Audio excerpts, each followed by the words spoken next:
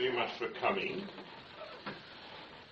I find it noteworthy, but also, you won't be surprised if I say I find it rather sad, that very few people seem to expect that the academic study of Buddhism will discover anything significantly new about Buddhism, that is, new enough to interest anyone but a few other academics. And maybe that's why so few people think that OCBS is worthy of any financial support. However, number 12 of our journal is about to appear in May, and I think it will surprise those who venture so far as to read it. It is largely, though not entirely, devoted to the work of a German monk called the Venerable Analayo. He is a Theravadin monk in his early 50s. He was ordained in Sri Lanka quite a few years ago. He has also lived and taught at Dharma Drum in Taiwan, and he has a rather long-standing but somewhat loose connection with the University of Hamburg. And he's now again living in Germany because his aged parents need his attention. I am here not in my own capacity, so to speak, not to give you my own ideas or anything, but as a kind of Dhammaduta, as a missionary or messenger, to tell you about what the Venerable Analayo has been up to, what he's been discovering. And I hope you will agree, I think you will agree in an hour's time, that it's extremely important for world history. And indeed, for many people now alive, it may make a considerable difference too.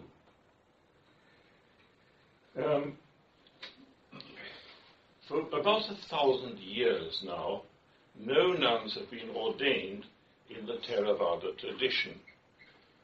This is a rather learned audience, so I must not tell you too much that obviously most of you know, but you know that there have been, since the time of the Buddha, several different ordination traditions, 7 of which have left books, veneers, with not only rules and so on, but stories about the order and prescriptions for how monks and nuns should behave. And the Theravada is one of those 7 traditions. All the sources were originally probably written in an Indian language. Most of them survive only in Chinese. The Theravada tradition survives only in Pali. So no nuns have been ordained in the Theravada tradition for 1,000 years or so, and this is for a reason which the adherents of that tradition consider to be decisive and irremediable. They know that before the lineage of nuns became extinct, an ordinand had to go through a double ritual and be ordained both by a formal gathering of monks and by a similar formal gathering of fully ordained nuns. Once, therefore, that there were not enough such nuns to create a quorum, a new ordination became impossible. We all know that in recent years, religious Buddhist women in Theravada countries have taken vows and adopted lifestyles which emulate those of nuns, but both by law, and that is the national law, civil law, and by universal acceptance. They cannot be called or regarded as actual nuns, using the Pali word bhikkhuni, let alone take part in ordaining others. Though the cooperation of some monks and nuns from the Mahayana world has made it possible to hold a few ordination ceremonies of international character for nuns, this has not sufficed, and I think it cannot suffice, to create new lineages of nuns in the Theravada countries, though there are now a few individuals. Whatever religious tastes and aspirations individual Buddhist women may hold, the Bhikkhuni Sangha, the monastic community of nuns, is regarded as extinct And Theravada Buddhism cannot offer that status to women. Obviously, this cannot but make Theravada unattractive to women in the Western world. And it is a grave handicap in general to the missionizing effort of Theravada. For some years, the Venerable Analayo has been doing research into the origins and early history of the Bhikkhuni Sangha, and last year he published a book, The Foundation History of the Nuns Order. That book is now available on the internet for free downloading. The URL is very long, of course, but I've written it at the base of the board, where you can see about it. And also, I have given it a long and very laudatory review in Volume 12, which is coming out in May, as I said. While working on this book, Analayo noticed that the first nuns were ordained by the Buddha and a gathering of monks, but not by any nuns, because their Sangha did not yet exist. But he also noticed that one can deduce from the texts, we're just talking about the Theravada tradition, the Theravada texts, that the Buddha must have envisaged that such a situation could recur. For he never rescinded the provision for ordination of a nun by monks alone, should this be necessary. This discovery by Analayo removes the justification for refusing to ordain Theravada nuns today. If the authorities, both clerical and secular, do not reverse their stance on this matter and simply forbid anybody to try to hold an ordination ceremony for nuns in a Theravada country, they will be guilty of destroying, or rather continuing to destroy, the Buddhism which they claim it is their right and duty to uphold. It's a strong statement, and I mean it. This momentous article, in which Analayo takes us through the technicalities of the Theravada Vinaya text, is not suitable material for a lecture. I've given you the gist of what he discovered, that originally nuns were ordained by monks alone, not by monks and nuns, that there are quite a few cases recorded in the Vinaya where things move on in some respect, and a certain form of ritual or a certain form of rule is declared to be obsolete, is no longer much in use because things have changed and so on. But when the Buddha wants it to be obsolete and no longer in use, he invariably says so.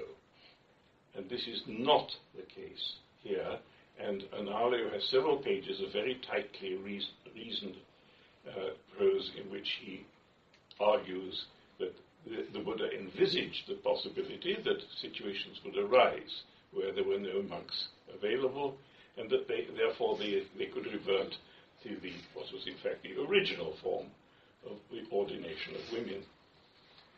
Well, I'm going to not to talk about that article, momentous though it is, because I think it's also interesting to share Ananda's Arya's much wider view of the subject and look at the book, The Foundation History of the Nuns Order, which, as I say, I have written a sort of 13-page review of. Some of you, the others must forgive me, will probably not be familiar with the general story of how the Buddha came to create the order of nuns and the discontent that created. Analayo translates all the parallel versions, which are parallel indeed, but not identical word for word by any means, in the back of his book. And I'm going to read you the Theravada version for the benefit of those who perhaps don't have it fresh in their memory. This will take a few minutes to begin the lecture. At one time, the Blessed One was living among the Sakyans at Kapilavatthu in the Nigrudha Park. Then, Mahapajapati Gautami, sorry, I wrote Gautama on the board, didn't I? It should be Gautami, said to the Blessed One, "Venerable Sir, it would be good if women could receive the going forth from home to homelessness in the teaching and discipline made known by the Tathagata. And the Buddha replied, enough, Gotami. Let it not be your wish that women go forth from home to homelessness in the teaching and discipline made known by the Tathagata. But for a second time, Mahapajapati Gotami said this to the Blessed One, same words. And the Buddha replied, enough, Gotami, same words. And then she said it a third time, and he said no, in the same words, for the third time. Then Mahapajapati Gotami, thinking the Blessed One does not permit women to go forth from home to homelessness in the teaching and discipline made known by the Tathagata, sorrowful and sad, weeping and in tears, paid homage to the Blessed One and left, keeping him on her right side. Having stayed at Kapilavatthu as long as he wished, the Blessed One left to wander towards Vesali. Wandering in stages, the Blessed One arrived at Vesali, where he stayed in the Kutagara Sala in the Mahavana. Then Mahapajapati Gotami had her hair cut off, put on monastic robes, the stained robes, kasaya, and left together with many Sakyan women for Vesali. Walking in stages, she went to the Kutagara Sala in the Mahavana.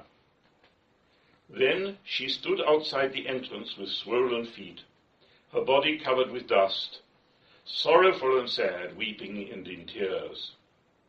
The Venerable Ananda saw Mahapajapati Gotami standing outside the entrance with swollen feet, and so on. Having seen it, he said to her, Gotami, why do you stand outside the entrance with swollen feet, your body covered with dust, sorrowful and sad, weeping and in tears? And she replied, Venerable Ananda, it is because the Blessed One does not permit women to go forth from home to homelessness in the teaching and discipline made known by the Tathagata. Ananda then said, well, stay here, Gotami, while I request the Blessed One's permission for women to go forth in that way. Then the Venerable Ananda approached the Blessed One. Having approached and paid homage to the Blessed One, he sat to one side, and sitting to one side he said, Venerable Sir, Mahapajapati Gotami stands outside the entrance with swollen feet, her body covered with dust, sorrowful and sad, weeping and in tears, saying that the Blessed One does not permit women to go forth. I'm abbreviating where it repeats the word for word. Venerable Sir, said Ananda, it would be good if women could receive the going forth from home to homelessness in the teaching and discipline made known by the Tathagata. And the Buddha replied, enough, Ananda, let it not be your wish that women go forth from home to homelessness in the teaching and discipline made known by the Tathagata. And this too was all repeated twice more. It was all said 3 times by both parties. Then it occurred to the Venerable Ananda, the Blessed One does not permit women to go forth from home to homelessness in the teaching and discipline made known by the Tathagata. Suppose I were to request in another way the Blessed One's permission for women to go forth from home to homelessness. And he said to the Blessed One, Venerable Sir, having gone forth from home to homelessness in the teaching and discipline made known by the Tathagata, are women capable of realizing the fruit of stream entry, the fruit of once return, the fruit of non-return, and the fruit of arahantship? Those are the standard 4 stages towards enlightenment, culminating in complete enlightenment, which occur throughout the Pali Canon. There are other sort of graded paths mentioned and stages, but this is undoubtedly the most archaic one. And the Buddha replied, Ananda, having gone forth from home to homelessness, women are capable of realizing the fruit of stream entry, etc. So Ananda said, Venerable Sir, if having gone forth from home to homelessness in the teaching and discipline made known by the Tathagata, they are capable of realizing these things, since Mahapajapati Gotami has been of great service to the Blessed One, being his aunt, his wet nurse and foster mother, who suckled the Blessed One and gave him milk when his mother had died. Therefore, it would be good if women could receive the going forth from home to homelessness in the teaching and discipline. And the Buddha replied, Ananda, if Mahapajapati Gautami accepts 8 Garu Dhammas, G-A-R-U, and then Dhammas, D-H-A-M-M-A, then that will be her higher ordination. And then he enunciates them, what the 8 Garu Dhammas, or rules, are. 1. A nun who has received the higher ordination, even 100 years ago, should pay homage to, rise up for, put the palms together, and behave courteously towards a monk who has received the higher ordination on that very day. This is a principle to be revered, respected, honored, venerated, and not to be transgressed for one's whole life. I'll come back to discuss some of these things in my review, so don't worry if you don't understand certain details. 2. A nun should not spend the rainy season in a residence where there is no monk. This, too, is a principle to be revered, respected, honored, venerated, and not to be transgressed for one's whole life, which is said of each of them. 3. Every fortnight, a nun should expect 2 things from the community of monks: inquiring about the date of the observance day, the Uposatha, and coming for exhortation, or vada. 4. After the completion of the rainy season, a nun should make an invitation before both communities in respect to 3 matters: what has been seen, heard, and suspected. 5. A nun who has committed a serious offense is to undergo penance for a fortnight before both communities. 6. A probationer, in the feminine, Sikhamana, who has trained for 2 years in 6 principles, should seek higher ordination from both communities. 7. A nun should not in any way revile or abuse a monk. And 8. From today onwards, nuns are not permitted to criticize monks, and monks are permitted to criticize nuns. That's the 8. There's a lot to be unraveled there. Ananda, if Mahapajapati Gautami accepts these 8 Garu Dhammas, thank you, timely, then that will be her higher ordination. Then the Venerable Ananda, having in the presence of the Blessed One learnt these 8 Garu Dhammas, approached Mahapajapati Gautami and said to her, if you will accept 8 Garu Dhammas, then that will be your higher ordination. And he repeats them. Gautami says, Venerable Ananda, it is as if a young man or woman who, being youthful and fond of adornment with washed head, obtained a garland of lotuses or vasika flowers, and accepting it with both hands were to place it upon their head. In the same way, I accept these 8 Garu Dhammas as not to be transgressed for my whole life. Then the Venerable Ananda approached the Blessed One, sat to one side, and said, Venerable Sir, Mahapajapati Gautami has accepted the 8 Garu Dhammas as not to be transgressed for her whole life.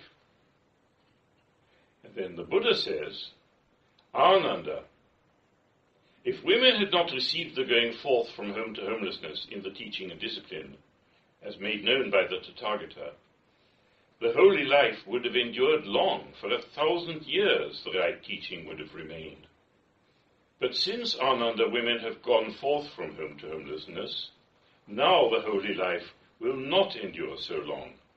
The right teaching will now remain only for 500 years. Ananda, it is like households that have many women and few men. These are easily assaulted by robbers that sneak in, using a light in a pot. Ananda, in the same way, in a teaching and discipline in which women receive the going forth from home to homelessness, that holy life will not remain for long. It means remain on earth, of course. Ananda, it is just as when a disease known as bleaching falls on a ripe rice field, then that rice crop will not remain for long. Ananda, in the same way, in a teaching and discipline in which women receive the going forth from home to homelessness, that holy life will not remain for long. Or it is just as when a disease known as red rust falls on a ripe sugar field, then that sugar cane field will not remain long. Ananda, in the same way, the teaching and discipline will not remain for long. Ananda, it is like a man who, out of foresight, were to build a dike for a great pond so that the water does not overflow. Ananda, in the same way, out of foresight, I have set forth the 8 Garudhammas for nuns, not to be transgressed for one's whole life. That's the passage. Now, the sources that Analayo has used are not only, of course, the Theravada sources, but as I mentioned, there are parallel sources, mostly surviving in Chinese, from 6 other traditions. But most of the other traditions, too, have lost the lineage of nuns, but the Dharmaguptaka lineage is the one in which women in the Far Eastern Buddhism, that is, called China, Japan, and Korea, are still being ordained. But because of the ritual tradition of ordination, like ritual traditions all over the world, all the details matter and so on, the precise rules which they undertake to follow and so on are not exactly the same. There are details in the way of life which are not the same, and therefore it is, I think, pretty well agreed on both sides that a Dharmaguptaka ordination could not be held for women from a Theravada background who intend to be Theravada nuns. A woman could, of course, live in one of those other countries and become a Dharmaguptaka nun, and there are, I think, a few isolated instances of that happening. But by and large, the one tradition doesn't mix, it only lives side by side with another. Now I'll read you my book review, and I think many of the points in these Garudhammas will become clearer. So I've written, in his introduction to this wonderful book, Analayo writes, throughout this study, my intention is not to reconstruct what actually happened on the ground in ancient India, which, in view of the limitations of the source material at our disposal, would anyway be a questionable undertaking. Instead, my intention is to reconstruct what happened during the transmission of the texts that report this event. In short, I'm not trying to construct a history, I'm trying to study the construction of a story. While one cannot but admire the modesty of his claim, perhaps my one serious criticism of the book is that this is a bit misleading. Of course, one can hardly dispute that no account of exactly how the Buddhist order of nuns came into being is possible. But what can be done, and has been done, is to show how and why many of the details that have come down to us are implausible, and then to show how and why the texts give the accounts that they do. And in performing this latter feat, Analayo takes us much closer to what must in fact have actually happened. After the brief introduction, there are 6 chapters, followed by a concise conclusion. Finally, as I've told you, come 52 pages of English translations of the canonical Vinaya texts. Each of the chapters, number 2 to 6, directly concerns an episode in the foundation of the nuns' order. But chapter 1 has no direct connection with this theme, and yet it is of paramount importance, requiring to be read and reread with close attention. It is called Mahaprajapati Gautami in the Nandako Vada. Nandako Vada is the name of a sutta in the Pali Canon, not a very famous one. It's Majjhima Nikaya 146. A parallel version of the same content exists in the Chinese translation, not of the Majjhima, but of the Samyukta Agama, and there are also a few other fragments of it in both Chinese and Tibetan translation. Anarleo begins his chapter as follows. In this chapter, my aim is to provide a case study reflecting attitudes towards nuns in early Buddhist canonical narrative as a preparation for turning to the Vinaya accounts of the founding of the nuns' order. Mahaprajapati Gautami is the central protagonist in the foundation history, as she takes the initiative and petitions the Buddha to allow women to go forth, and herself becomes the first Buddhist nun. The way her personality and actions are described elsewhere in early Buddhist discourse literature provides a background for her role in the accounts of how the order of nuns came into being. I study the narrative portions of the discourse in particular, as these exemplify tendencies recurrent in other early Buddhist texts that involve nuns. This text, the Advice to Nandaka, is short and prosaic, though quite detailed. It's an account of how the monks came to establish a roster by which they took turns in preaching to the nuns.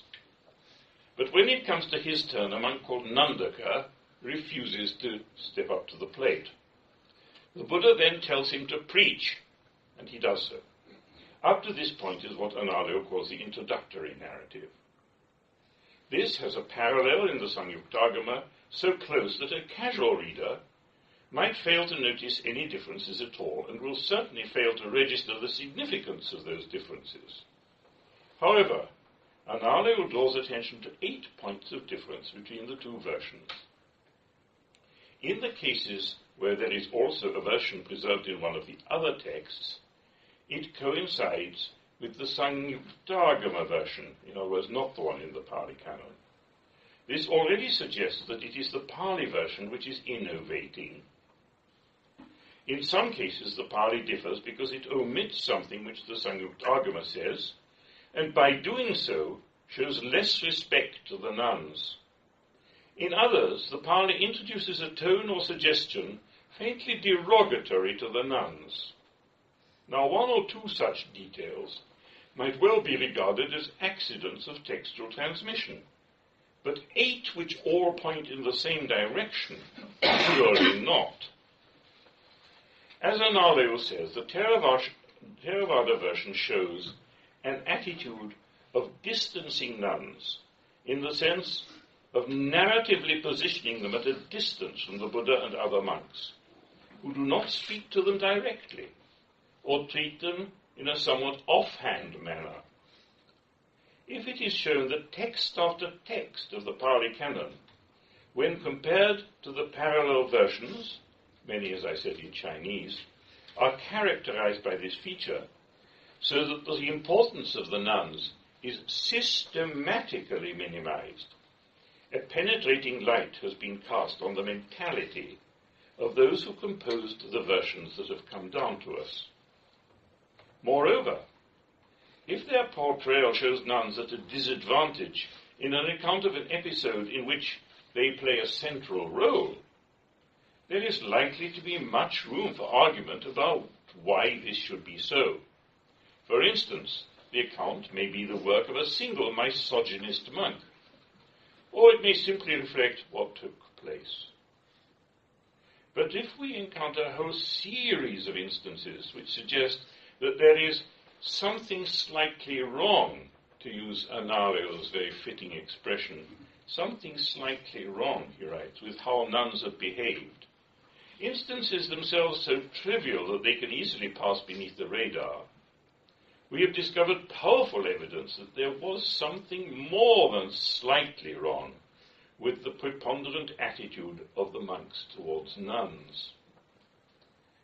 Thus, you, the audience, should not be dismayed if I reproduce for you now the 8 points of difference between the Samyuktagama version preserved in Chinese and the Pali Majjhima versions. Fully to explain their significance is not possible, because that would take a long time, and you can read it in the book for yourselves. That's why I think I'm justified in just giving you this skeleton. But the 8 points are, firstly, in the Samyuktagama, the nuns are introduced by name and all called great disciples. In the Majjhima, they're not introduced by name and they're not called great disciples. Secondly, in the Samyuktagama, Mahaprajapati Gautami sits down, which is the normal thing when you come to ask the Buddha to talk to you. And in the Majjhima, she remains standing, which is really quite unusual and certainly not very polite. Thirdly, without being asked to do so, says the Samyukta, the Buddha twice teaches the nuns, without even being asked to do so. In the Majjhima, the nuns ask the Buddha to teach them, but he doesn't. Fourthly, the Buddha asks the monks regularly in the Samyukta to teach the nuns. Sorry, I should say, in the Samyukta, the Buddha asks the monks regularly to teach the nuns because he says he's too old. In the Majjhima, why the monks should do that teaching is not explained. Fifthly, in the Samyukta, the Buddha waits until the nuns have left to inquire which monk has not taken his turn. In the Majjhima, he ignores the presence of the nuns and discusses this rather delicate topic in front of them. Sixthly, in the Samyukta, the Buddha gets Nandaka to preach to the nuns by having him follow his own example. In the Majjhima, he just passes Gautami's request on to Nandaka. Seventh, in the Samyukta, Nandaka remains silent, thus acknowledging that he had been at fault in failing to preach. In the Majjhima, Nandaka is on the other hand praised and replies as if he hadn't been at fault at all. And eighthly, in the Samyukta, when Nandaka arrives to preach, the nuns welcome him politely. In the Majjhima, they are as polite to him as if he were the Buddha himself. Analayo then goes on similarly to analyze the next section of the sutta. Nandaka teaches the nuns twice. According to the Samyukta, at the end of the first teaching, the Buddha tells the monks that all the nuns have as a result become non-returners. You remember that's a technical term for a grade of enlightenment, quite a high one actually, which means that they are just one step short of enlightenment now. After the second speech by Nandaka, he announces that they have now all taken that final step and reached the end of dukkha. He says they've all become enlightened. The Mulasavastivada Vinaya, which also reports this story, says the same as that, and so do 3 Pali commentaries. In the Majjhima Nikaya version, by contrast, we are not told anything about their attainments the first time, and the second time, the nuns had only reached various levels of awakening, the most backward among them being a stream enterer. That is, the lowest of the 4 stages.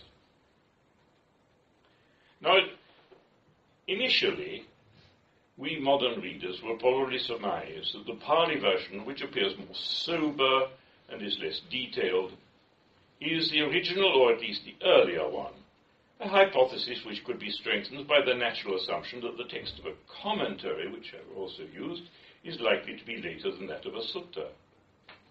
But here Analayo brings one of his many surprises. Over several pages he shows that a simile which compares the nuns' enlightenment to the moon reaching its fullest form jars with the explanation used in the Majjhima commentary that some nuns had from the outset only aspired to lower stages of awakening. Literally says that. On this, Analayo comments, I am not aware of a precedent for this idea anywhere else in the discourses, that a monastic wishes to attain only a lower stage and will be fully satisfied with that. He concludes that here again, the nuns are presented in a less favorable light, their motivation being quite substandard for monastics.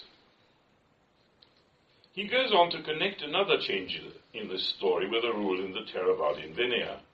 This rule forbids monks to go to the nuns' quarters to teach them.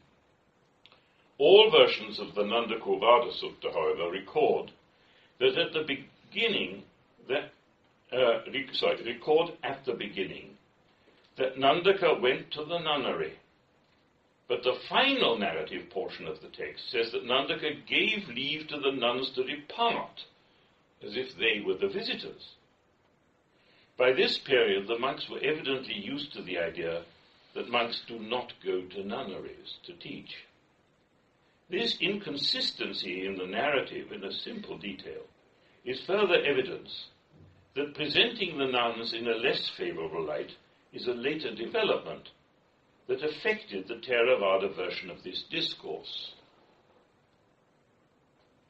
The final chapter of this chapter, the final section of this chapter is entitled Narrative Distancing. It has a lot of interesting material, but I just am going to choose for you one example of what this title, Narrative Distancing, refers to, because it's so straightforward. It concerns an account which portrays a nun giving a profound and detailed teaching to a lay disciple. There are three versions, one of them, again, in the Majjhima Nikaya. In the other two versions, at the end, the nun visits the Buddha herself to report to him about her teaching. But in the Majjhima, it is the male lay disciple who visits the Buddha and delivers that report. As a consequence, whereas in the parallel versions the nun is present when the Buddha praises her wisdom, in the Pali version she has no direct contact with the Buddha at all. So summarizing this chapter of his book, Analayo says it shows androcentric narrative strategies at work, in other words, doing down women. Here, the distancing of nuns takes place by ignoring their presence and not replying to their requests, while presenting those who act without consideration towards nuns in a positive light. It's striking that in this Pali text, the Buddha does not teach the nuns at all. Just referring back to the Nanda-Kurvada. The Buddha doesn't teach them, though they ask him 3 times to do so. The contrast with his portrayal elsewhere in this literature as a compassionate teacher is glaring.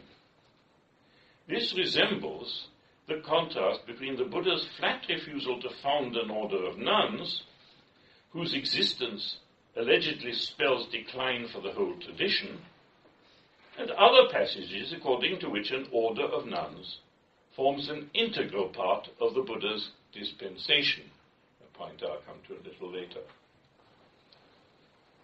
Now, the next 6 chapters of the book divide the story of the founding of the nuns' order into 6 episodes. Mahaprajapati Gautami's petition, Ananda's intervention, the Buddha's permission, Mahaprajapati Gautami's ordination, and decline. Though some of the texts recounting this narrative are in sutta collections, it is basically a Vinaya narrative. And so, says Analayo, it is to be understood as a part of monastic education, seeking to inculcate in monastics particular moral values and attitudes. It is not just an attempt to present historically accurate information to them.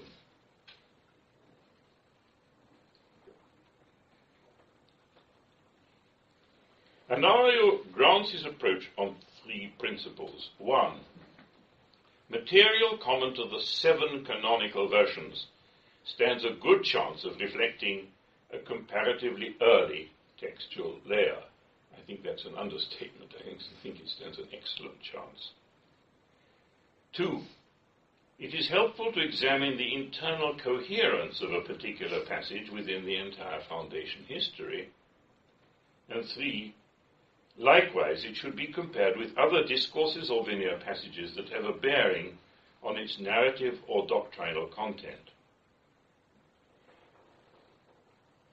Now, all versions agree that Mahaprajapati Gautami approached the Buddha and requested ordination for herself and a group of female followers, and he refused. 3 of the 7 versions report, this is very important, report that he suggested an alternative, that they shave off their hair and don robes, apparently to cultivate a life of celibacy, but in a protected environment at home. The versions that do not record his approving this alternative nevertheless do describe that they did shave off their hair and put on robes. So it is probable that his making such a suggestion is indeed an early feature of the narrative. This is important. That the Buddha made this alternative suggestion is often overlooked, and so therefore is its implication that the Buddha did not receive the request from Mahapajapati with a blank refusal, but offered her a compromise. The versions tend to multiply the number of times he made the request, but since all versions agree that in the end the Buddha acceded to the original request, this makes a total rejection at the outset less probable and makes it more likely that the earlier versions of the narrative had only a single refusal, as 2 versions still do. So the multiplication of requests would reflect the tendency to present Mahapajapati Gautami and her mission in a negative light. The chapter title Ananda's Intervention refers to Ananda's mediation on behalf of the would-be nuns, which ends by convincing the Buddha to found the nuns' order. Both the theme of presenting the suppliant women and that of the compromise offered to them are further pursued here, more evidence being supplied to corroborate Analayo's hypotheses. The women arrive at the entrance to the monastery where the Buddha is staying, exhausted, covered in dust and weeping. The dust is to be taken literally and contrasts with the often mentioned cleanliness of the Buddha and Ananda, but is also to be taken symbolically, since in the canon the lay life is referred to as the dusty path, and dust stands for desire for sense objects. Similarly, crying is the opposite of the composure to be expected from a well-behaved monastic. Thus, this portrayal of the lady's condition provides a clear example of the narrative strategy of distancing. At the same time, Analayo cleverly links this to his deduction that originally the Buddha had proposed a compromise, because neither the Buddha nor Ananda is ever said to censure her for arriving with a shaven head and wearing robes. The texts ascribe to Ananda a variety of arguments with which he tries to persuade the Buddha to change his mind, and finally succeeds in doing so.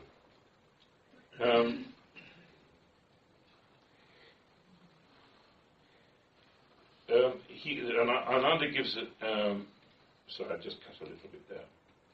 One Vinaya account says, at this point, that Ananda tells the Buddha that former Buddhas have always had 4 assemblies. That's a technical term, and it refers to monks, nuns, laymen, and laywomen. Since this is mentioned by some traditions in the context of the First Council, and since Analayo has himself referred to this point in on previous occasions as part of his more general discussion of the Buddha's attitude. Sorry, I'll read that again. Since this is mentioned by some traditions in the context of the First Council, and since Analayo has himself referred to this point in previous publications as part of his more general discussion of the Buddha's attitude to women, the reader may be surprised to find that here this is mentioned in only one of the source texts, so it doesn't seem to be crucial. In the end, Analayo decides convincingly, I think, that Ananda's clinching argument was the simple point which we heard in the text, and which is found in all versions, that women are, after all, fully capable of attaining enlightenment.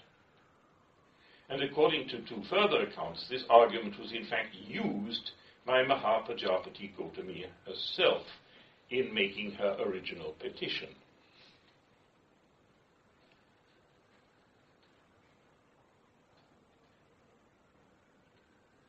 On his way to this conclusion, Analo provides a very interesting summary regarding the relationship of Mara to women, and shows that in early texts, in canonical texts, the relationship is extremely tenuous, and much more often than women being presented as sexual temptresses or lewd or something, it is the men who are represented as being too full of sex, not the women.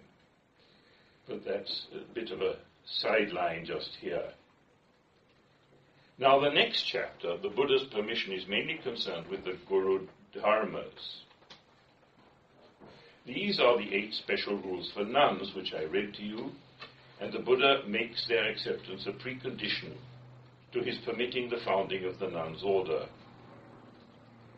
Though they concern Vinaya matters, they differ from the Vinaya rules, which are found in the Pratimoksha codes, even though in content some of them replicate rules which are in the nuns' Pratimoksha. This has been noticed by some modern scholars like Ute Husken. They differ, however, in 2 features. That the standard narrative of how the Buddha came to promulgate a Pratimoksha rule is absent for the Guru Dharmas. It isn't a sort of run-up in which it says what circumstances occurred which made him decide to formulate this rule. And also, the other feature is that there is no statement what penalty a breach of one of these regulations will entail, which is strange for a legal rule. As for the former, the Theravadin Vinaya commentary notes that the Guru Dhammas are the only preemptive type of regulation found in the Theravada Vinaya. Preemptive, anticipatory. They're the only thing in the Vinaya where it says people mustn't do such a thing, rather than being a reaction to somebody having done such and such a thing. They follow a different pattern. The fact that there is no penalty stated is of obvious practical importance in a law code. In every Pratimoksha code, the rules are indeed arranged and classified by the penalty which a breach entails. Analo comments that perhaps the Guru Dharmas were not considered to be legal rules, properly speaking, but rather practical directives. I don't, however, find that remark very helpful, and we'll see that he does better later on. Analo has chosen to approach the complicated topic of the Guru Dharmas by discussing the metaphors which accompany them. But there is one positive feature which they all have in common, that is the title of Guru Dharma. Perhaps because many scholars have tackled this problem, Analo does not make clear his own view of how one should translate this term. I disagree with such interpretations as important rules and weighty rules. I have long, this is the only place where I come into the lecture, so to speak, I have long thought that whether or not one likes my particular choice of vocabulary, what the term refers to is principles of hierarchy. In other words, where authority lies. And now comes the crucial thing, which I think just hits the nail on the head. Analo says a little later that these rules may have begun as a simple set of injunctions by the Buddha on how the order of nuns should relate to the already existent order of monks. So that's what he's putting forth a set of hypotheses, and he points out very well that, for instance, when it says a nun even with 100 years of seniority in ordination to such and such, he says, well, of course, he's not referring, there couldn't be such a real case in front of him. He's envisaging how, through all time, these two orders should be related, and in what respect the monks should wield the greater authority. And of course there's a lot of interest in that detail too, and that changes over time. but that's really what they are. They're a set of principles telling the monks who are already there how the nuns, who are just being brought into existence, should relate to them in general. He's in fact, Analayo goes on, Mahapajapati Gautami and her followers have left the lay life behind and thereby entered the sphere of the monastic jurisdiction of the Buddha. In reply to their following him on his travels, instead of staying at home, as we think was originally envisaged, the Buddha now regulates how things should proceed in order that they should become fully part of the monastic community. In a way, they have overstepped the limits inherent in the earlier permission given to them by the Buddha, and he now promulgates a set of regulations on what they should not overstep in future. When considered in this way, the promulgation of the Guru Dharmas no longer creates a narrative incoherence, but rather can be seen as in line with the general procedure of laying down rules depicted elsewhere in Vinaya literature, in response to some kind of overstepping of boundaries by monastics. So he thinks, Analayo thinks, the Buddha laid down a set of 8 Guru Dharmas to establish how the two orders should cooperate, and he points out that probably the rules underwent changes as time passed. The tendency, which we will all have noticed in this room, to subordinate the nuns to the monks, must have begun early, and may in fact account for the very term Guru Dharma. But the development was not straightforward. Similes concerned with water are used for all the Guru Dharmas. The communist compares each rule to a dike. To a Westerner, this probably suggests restraint or control. And Analayo quotes 2 interpretations by modern scholars who see the dike as intended to hold back the disruptive power of women. But no, Analayo reports that in the Pali text, the dike simile conveys no sense of destruction. It doesn't relate to a flood, but on the contrary, the accumulated power of the water which would be available if the dike were to be opened illustrates the power accumulated through mindfulness of the body. And so he sees the simile as conveying protection, how the nuns can look after themselves and be looked after. He thinks that such similes could have originated from a concern for the monks to assist and protect the new order, while the remainder of the Guru Dharmas are more clearly aimed at subordinating nuns. An example of that is that nuns are not permitted to criticize monks. But development does not seem all to have been in the same direction. Whereas according to several versions, nuns may not criticize monks, elsewhere in the Vinayas there are reports that the Buddha made rules to restrain monks from behavior for which they had been criticized by nuns. Indeed, according to 2 regulations, Aniyata regulations, in different Vinayas, breaches of the rules by monks can even be pointed out by a trustworthy lay woman, and the monastic community has to act accordingly. So it seems safe to conclude that the formulation of the Guru Dharma prohibiting nuns in practice from any criticism of monks reflects concerns of later times. Let me just mention 2 more of Analayo's many discoveries here.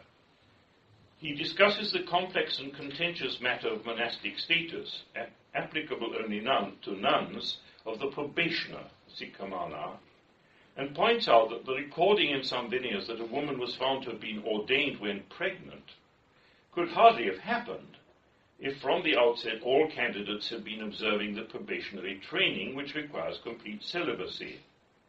And so that probationary training was probably a later institution.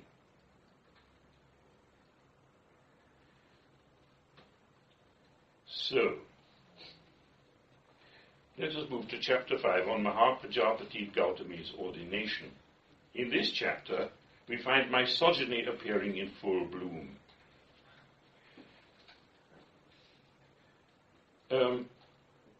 Let us turn to how female renunciation is seen as problematic. The commonest simile describes the result of founding the order as like a household containing few men and many women, which is therefore easy prey for robbers or rapists. Another simile compares it to a field of crops ruined by disease or bad weather. These similes originally envisage a disaster befalling the nuns, which comes from the outside. But Anarlio traces the process by which the meaning shifts, so that finally it's the nuns themselves who are held to constitute a danger. In the end, every version conveys that the nuns are the source of danger, and the similes illustrate the negative repercussions of founding an order of nuns. Moreover, the term brahmacharya, which first denotes a life of celibacy, remember it was predicted that founding the order of nuns would half the length of time of brahmacharya, it is now taken to refer to the sasana, to the Buddhist dispensation, which is said to be threatened by the existence of nuns. I think we modern people will be irresistibly reminded how even today, so often, it is the victims who are held responsible for cases of rape. In some veneers, the thought that Buddhism is spoilt by the presence of nuns leads to fantasies which border on the hilarious. Let's have a little touch of humor somewhere. Had an order of nuns not come into existence, life for monks would have been a paradise. Instead of having to make an effort to seek out those who give alms, the monks would have found householders waiting by the roadside with food and drinks ready. They would have invited the monks to take anything from their homes and followed behind them with the four requisites, beseeching them to accept offerings. The monks would also have found themselves being invited to sit down in people's houses, just so that the inhabitants might gain some peace. As if this were not yet enough, householders would have invited the monks to step on their clothes and even on their hair, or they would have used their hair to wipe the monks' feet. This account is found in a Chinese version of a sutra. There, it is said to have happened, actually, under a past Buddha, but as a plot by Mara to corrupt monks and gain control of them. So probably, originally, it had a humorous intention. But then in the same Madhyama Agama, the same passage is used to describe what would actually have happened had no order of nuns been created by the Buddha. So at first it was probably humorous, and then somebody took it quite seriously and used it for wagging the finger. Anarlio goes on to give several pages of negative statements made about women in various texts, showing how we can deduce that they are later additions. He writes, such statements stand in direct contrast to the positive image of nuns. A consideration of women as invariably obsessed with sex and being slanderous and deceptive couldn't hold for the case of a fully awakened nun. Such statements also do not sit well with the attitude underlying the Buddhist evolution myth, which sees the distinction between males and females as an evolution from a previous state of sexless beings. So both males and females derive from the same type of beings. His chapter concludes, and I think this is a very good conclusion, comparison of the different versions suggests a process of textual growth that has as its starting point the simile depicting a household with many women. This process of growth would have incorporated various and increasingly strident expressions of a negative attitude towards women in general and nuns in particular. Chapter 6, the last of this part, declines with the idea that the creation of an order of nuns was responsible for the fact that Buddhism, which otherwise would have lasted on earth for 1,000 years, would die out after 500. With only small variations, this appears in all linear accounts, and Ananda is blamed for having persuaded the Buddha to permit it. Here, for once, Anarlio does not point to a seed which developed into this strange belief, but writes, the problem that the Buddha knowingly does something so detrimental to the duration of his dispensation is indeed not easy to solve, and he devotes 2 sections to particular reasons for why this claim is implausible.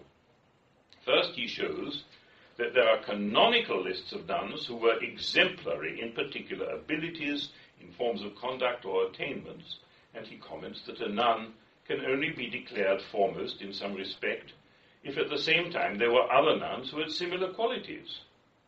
Secondly, there is a whole range of evidence that on many occasions and in various contexts, the Buddha said, and I've mentioned this before, it's very important, that he had to have 4 kinds of disciples: monks, nuns, laymen, and laywomen.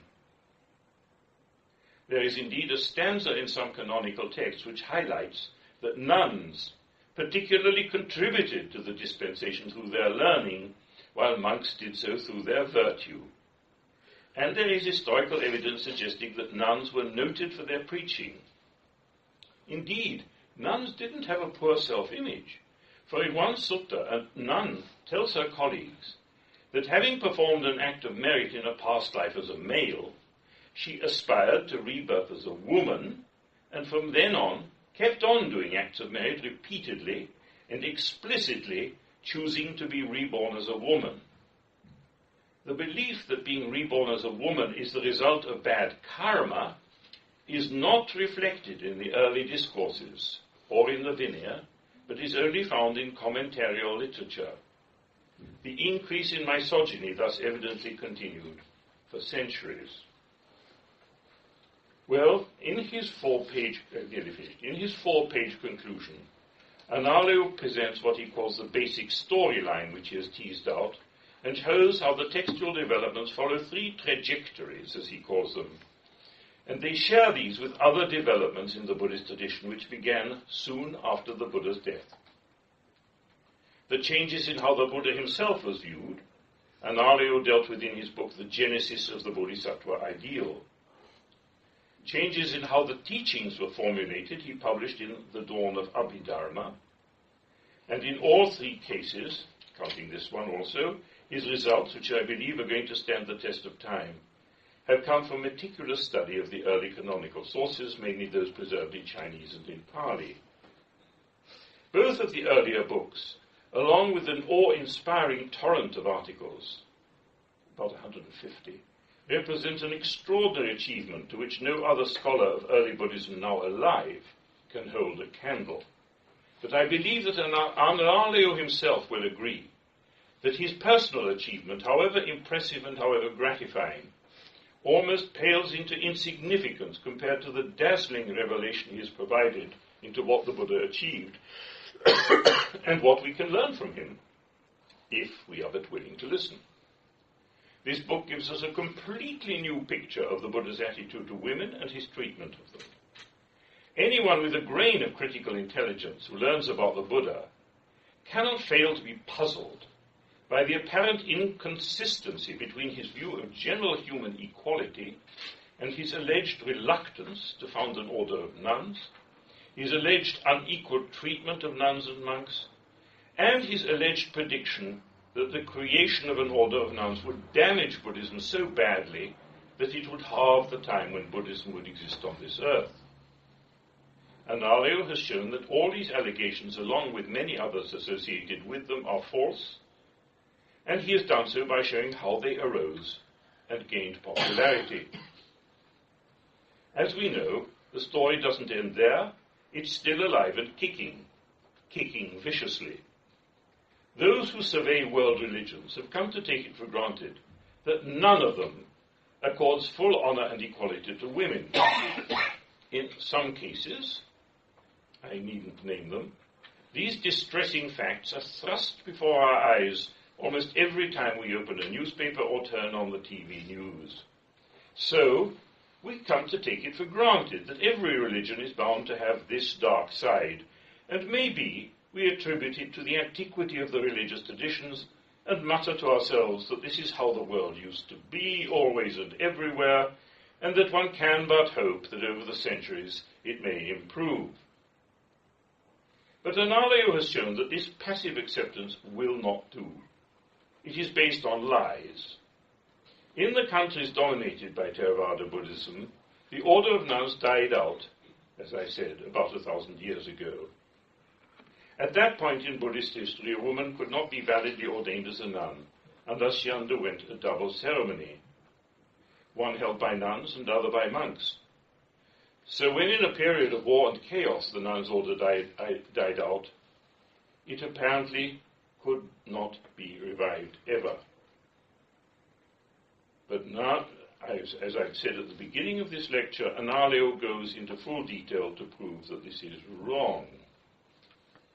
Now that women are beginning to assert their rights all over the world, it seems to me that Theravada Buddhism is in a very dangerous position. Women can be ordained in the Mahayana traditions, in the Dharmaguptaka Vinaya, but not in those of Tibet or Southeast Asia, including Sri Lanka. As I've already hinted, unless the religious authorities in those countries act fast and act decisively to reverse their position, they are committing mass suicide, and the religion they claim to venerate will surely be dead within a couple of generations.